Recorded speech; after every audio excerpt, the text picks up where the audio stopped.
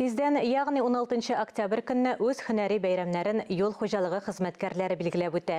Сәнәгать, авыл хуҗалыгы төзелеш бер генә өлкәдәге эшчәнлек тә юллардан башка тормышка ашырылмый. Быел юл төзекләндерү эшләренә республикада 190 миллиард сумнан артык акча бүленгән. Моңа кадәр ул кадәр зур сума бүленгәне юк иде. Бу хакта хөкүмәт йортында узган киңәшмәдә искәртелде. Эшлекле сөйләшү барышыннан Шулпан Әмири репортажы. Республика юлларын төзекләндерүгә бүленгән 190 миллион сум акчаның 28-е федераль бюджет акчалары. Эш күләмнәре зур. Барлыгы 50 километрдан артык юл төзелгән. Бу планның 95%. Шулай ук 600 чакрымнан артык юл ремонтланган.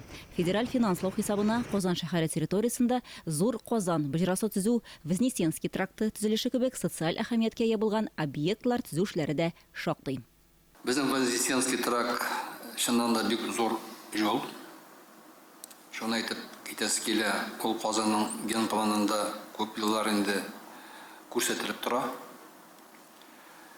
Беренче өлеше аның Гвардейский юлы белән безнең Проспект Победаны ялгыштыра торган участогы. Ә инде икенчесе Проспект Победадан МСНга чыга торган участогы дип әйтик. Бүген ике этабында да эшләр алып барыла, әле бер этабында да эш бетмәде. Кайсыдыр юлларны 23 елны, кайсыдыр юлларны 24 елны, ә бөтенләй 25 елны бетерәбез дип план куела. Быел М7 автомобиль юлының бик зур өлеше төзекләндерелде. Казан аэропортына кирү юллары салынды. Түбән Кама, Чаллы шәһәрләре арасында М7 автомобиль трассасы төзелә башлады. Иң зур проект М12 Мәскәү, Түбән Новгород, Казан тиз йөрешле автомобиль юлы төзелешен дәвам итә. Быел аңа 101 миллиард сум күләмендә финанслау каралган. Капитальный ремонт завершается на участке М7.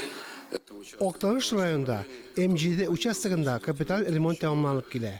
Ул 4 полосалы булачак. Брифинг ташлайык трак пунктларда вакым катламы белән юл урам шелтәрен норматив хәлгә китерү турында да сөйләштеләр. Гомуми озынлыгы 150 км булган 380 объектта эш башкарыла. Республикада имин һәм сыйфатлы юллар илкүләм проектын гамәлгә ашыруда дәвам итә. Төбәк әһәмиятендәге 16 участокта төзекләндерү эшләре бара. Юллар белән бер рәттән республикада төбәк һәм муниципаль күперләрне төзекләндерү эшләре дә тулы куәттә алып барыла. На сегодняшний день завершены все работы на 15 объектов. Бүгенге көндә 15 объектта эшләр тәмамланды. Алар арасында Сава һәм Нурлат районнарындагы күперләр дә бар. Шулай ук бүгенге вазгыять, ягъни санкция чикләүләре шартларында юл тармагын үстерү мөмкинлекләре турында да министр тарафыннан аерым билгеләп үтелде. Санкция вакытында эшләү кыйнарак инде. Аны дөресен әйтергә кирәк. Безнең бит төзүчеләр бик нык зур оешмалар, нык оешмалар. Аларда күп кенә импортный техника барлыкка килде шушы елларда.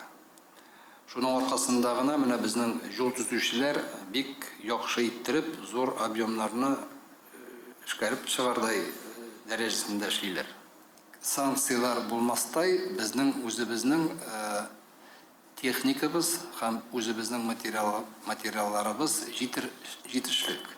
Чөнки юл төзегәндә күп материаллар үзебезнеке. Россиядә табыла торган материаллар, цементы, битумы, щебень, ком, шул материаллар үзебезнеке булган чиракта шушы юл төзү ул безнең правительство белән, илнең президенты белән беренче урынга чыгарылды.